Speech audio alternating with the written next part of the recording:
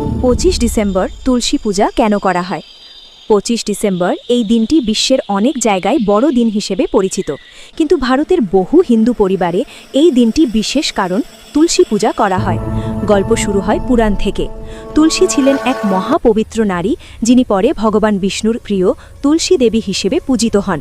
পুরাণ মতে মার্গশীর্ষ মাসে তুলসীর বিশেষ শক্তি জাগ্রত হয়, আর 25 ডিসেম্বরের সময়টি পড়ে এই পবিত্র সময়ের মধ্যেই। লোককথা অনুযায়ী এই দিনে তুলসী পূজা করলে ঘরে শান্তি আসে, রোগ ব্যাধি দূরে থাকে, বিষ্ণু ও লক্ষ্মীর আশীর্বাদ লাভ হয়। আরও একটি বিশ্বাস আছে, যেদিন অশুভ শক্তি বাড়ে সেদিন তুলসীর শক্তিও সবচেয়ে বেশি কাজ করে। তাই 25 ডিসেম্বর যখন অনেক জায়গায় উৎসব ও উচ্ছ্বাস, তখন তুলসী পূজা করে মানুষ নিজের ঘরকে করে তোলে সুরক্ষিত। বিশেষ করে গ্রাম বাংলায় বিশ্বাস করা হয় এই দিনে তুলসী পাতায় জল দিলে পূর্বপুরুষের আত্মাও শান্তি পায়। তাই 25 ডিসেম্বর তুলসী পূজা শুধু ধর্ম নয়, এটি শুদ্ধতা, বিশ্বাস আর ঘরের মঙ্গল কামনার এক পবিত্র আচার। ভিডিও ভালো লাগলে লাইক করুন, কমেন্টে লিখুন জয় তুলসী মাতা।